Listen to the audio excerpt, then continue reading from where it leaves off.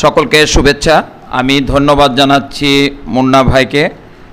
তিনি আমি মনে করি বাংলাদেশের গর্ব, এবং আমার দৃষ্টি থেকে এই সাহসী পুরুষ বা এই গুণী সন্তানকে যিনি গর্বে ধারণ করেছেন যে মা, তাকেও আমি অভিনন্দন জানাই এবং তার পিতাকেও আমি অভিনন্দন জানাই। তারা যে এরকম একজন দেশপ্রেমিক সন্তানকে তারা আদর্শ শিক্ষা দিয়ে তাদের বড় করে তুলছেন। আমি তাকে পেয়ে আমার অনেক ভালো লাগছে, এবং আমার সঙ্গে আমার সন্তান এবং আমার প্রিয় শিক্ষার্থীরা রয়েছেন, তারাও তাকে দেখে হয়তো অনেক কিছু আজকে শিক্ষা গ্রহণ করতে পারছে বা পারবেন। আমি তাকে প্রথমেই ফুল দিয়ে প্রতিষ্ঠানের পক্ষ থেকে আমি অভিনন্দন জানাই, এবং আমি প্রতিষ্ঠানের পক্ষ থেকে ছোট্ট একটা উপহার স্বরূপ একটি ডায়েরি নোটবুক দিলাম।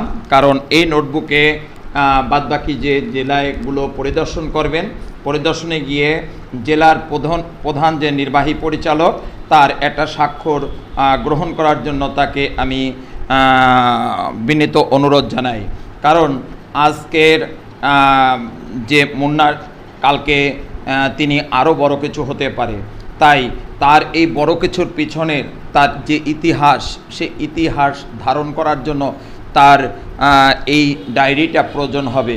তার স্মৃতিস্বরূপ এই ডায়েরিটায় অনেক কিছুই লেখা সম্ভব।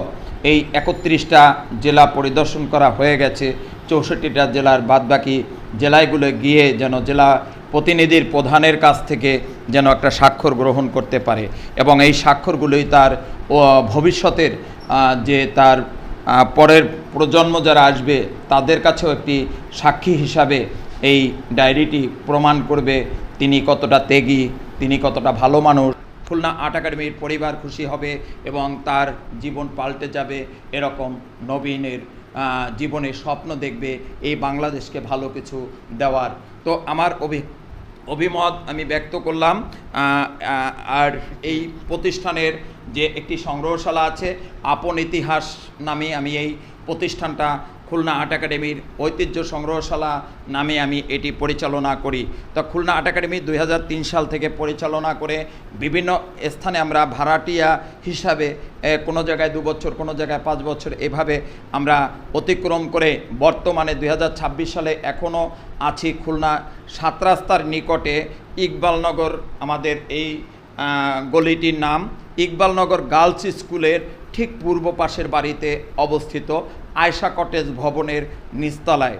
তো আপনারা আমাদের এখানে যে ঐতিহ্য সংগ্রহশালাটা আপনারা দেখুন, এবং অবশ্যই আপনারা মন্তব্য করবেন। আমার প্রচেষ্টা বা আমার কর্মকাণ্ড দেখে আপনারা অবশ্যই আশীর্বাদ করবেন।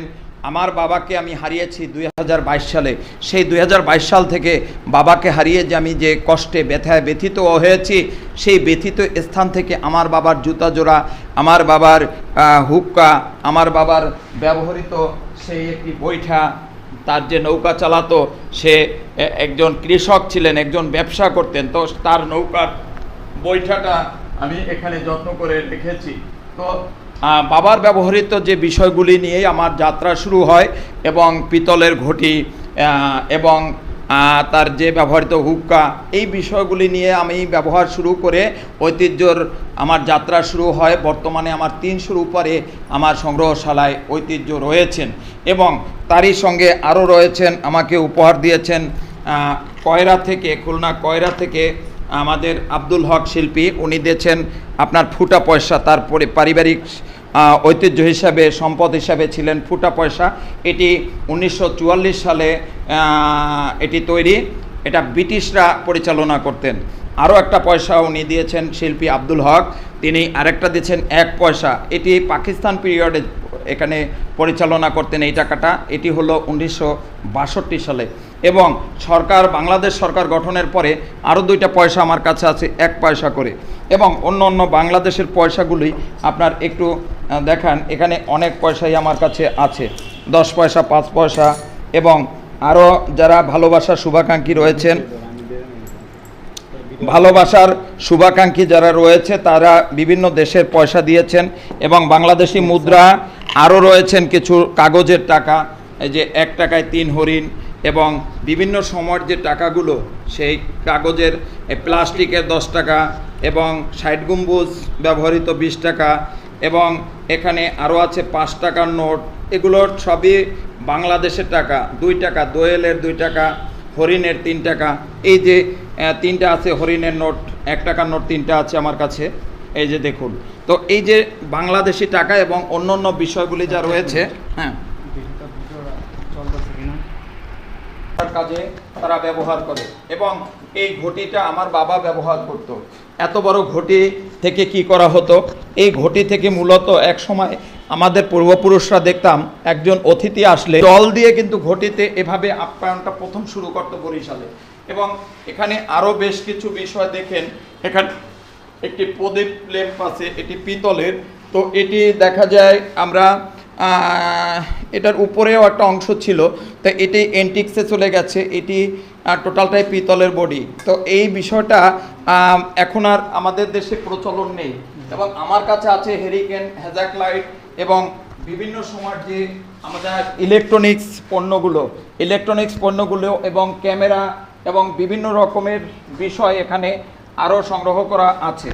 এবং একটা সময় যখন মানুষের বাড়ি আসতো এবং কৃষকরা কি করত, তখন ডাল ভাত খেতে দিত, পেট ভরে ডাল ভাত খেতে। প্রায় 3 শতাধিক বিষয় এর উপরে এখানে আছে একটি টিনের পিছনের বডি এবং টিনের একটি আয়না আছে। ছোটদের যে শৈশবে খেলাধুলার যে বিভিন্ন সময়ের যে বিভিন্ন এই যে আপনার খেলতো, এখনকার বাচ্চারা কিন্তু এ টাইপের খেলা করে না। কারণ কেন করে না, এখন মোবাইল পেয়ে মোবাইলে গেম বা বিভিন্ন রকমের জুয়া বা বিভিন্ন খারাপ সাইট থেকে বিভিন্ন কিছু তারা শিক্ষা গ্রহণ করছে বা তারা সময়কে অতিবাহিত করছে। তারা পড়াশোনার প্রতি তারা সেইভাবে আগ্রহশীল না হয়ে তারা খারাপ পথের দিকে বেশিরভাগই ধাবিত এভাবে আগুন ধরিয়ে একটি ল্যাম্প বা কোথাও এরকম আগুন ধরিয়ে এটার উপরে ধরে থাকলে এটার ভিতরে কালি তৈরি হতো। এই কালি থেকে আমাদের শিশুদের আগে বাইরে নিয়ে গেলে বা ছোট ছোট শিশুদের আমরা কপালের পাশে বড় একটা টিপের মতো দিয়ে রাখতো। তো এই যে কাজল এখন আর প্রচলন নেই এ ধরনের বিষয়গুলি। আমার কাছে আছে লোহার আয়রন, যেটা হলো ইলেকট্রিক না, এটা কয়লার উপরে রেখে গরম দিয়ে তারপরে আপনার ব্যবহার করা হতো কাপড় চোপড় যে আয়রন করার জন্য। তো আমার কাছে পাকিস্তান পিরিয়ডের গোল পৈরান আছে, যে পৈরানটা লেখা রয়েছে পাকিস্তান।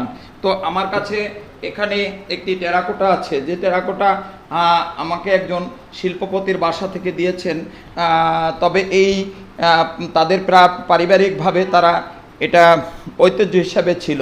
তো আমি যখন টিভি চ্যানেলে এই সাক্ষাৎকার দিয়েছিলাম ঐতিহ্য সংগ্রহশালা নিয়ে, তখন তারা আগ্রহের সহিত তারা খুশি হয়ে আমাকে যে ভালোবাসে, সেই ভালোবাসার জন্য আমার এই সংগ্রহশালায় এটি উপহার স্বরূপ দিয়েছে এই মাটির টেরাকোটাটি। এটি অনেক আগের, এটি প্রাচীন যুগের একটি টেরাকোটা। এটার গায়ে সুন্দর করে ডিজাইন আছে এবং পিছনটা মাটির। এটা দেখলেই বোঝা যাবে যে এটা কত আগে। আমার কাছে যে একটি আমরা রেগুলেটর ব্যবহার করি ফ্যানে, এই রেগুলেটরগুলো এখন আর প্রচলন নেই। এই রেগুলেটরই আগে কিন্তু আমরা ব্যবহার করতাম। তো এখন আসলে এত ছোট রেগুলেটর হয়েছে, যেটা আমাদের ডিজিটালের সাথে সাথে আমাদের অত্যাধুনিক ছোঁয়ার কারণে সেই রেগুলেটরগুলো খুব ছোট হয়েছে। আমার কাছে আপনার আছে এখানে বেতের একটি শের, এটি বরিশাল অঞ্চলের শের বলে, আবার কোনো কোনো অঞ্চলে অন্য অন্য নাম আছে।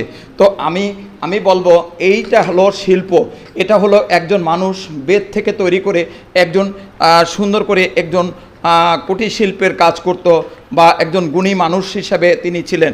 কিন্তু সেই বিষয়টা আমাদের চায় না, আমাদের নষ্ট করে দিয়েছে একজন মানুষের প্রতিভা, একজন শিল্পীর প্রতিভা। সেখানে দেখুন মাত্র 10 থেকে 20 টাকার মধ্যে একটি প্লাস্টিকের পণ্য আমাদের দেশে পাঠিয়ে দিয়ে সেম আমার একটি প্রোডাক্ট বা একটি ঐতিহ্য, একটি শিল্পীকে ধ্বংস করে দিয়েছে। আমার কাছে এখানে সংগ্রহ আছে বিভিন্ন ক্যাচের, অর্থাৎ সিনেমার এখানে বিসিআরের ফিতা, ছোট ছোট ফিতা দেখেন, এবং ক্যাচেটের ফিতা, এই ফিতাটা একদম ছোট। তো এই যে ক্যাচেটের ফিতা, সিনেমার ফিতা এবং বিভিন্ন মুদ্রা এবং বাংলাদেশের যে এই যে একসময় ব্ল্যাকবোর্ড ছিল, ব্ল্যাকবোর্ডে যে চক ব্যবহার করত এবং বরিশালে ল্যাম্প ল্যাম্প জ্বালাবার জন্য এই এই কাঠের দেপলা ব্যবহার করত। এবং আমার কাছে একাধিক ল্যাম্প আছে এখানে, এবং আমার কাছে আছে আরও আছে অনেক কিছু যেগুলো আমাদের কৃষকরা ব্যবহার করত। মাথায় মাথালে হিসাবে এটা ব্যবহার করত।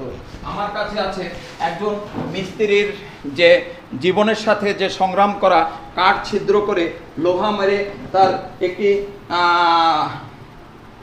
যে কাঠের যে দৈনন্দিন জিনিস আমরা ব্যবহার করতাম, কাঠের আলমারি, শোকেস, যে কোনো কাঠের জিনিসপত্র বানানোর জন্য এ ধরনের বিষয় থেকে আমাদের তৈরি হতো। তো এই যে কাঠের অসংখ্য পরিশ্রম করে আছে এখানে হুক্কা, এবং এই পরিশ্রম করে একজন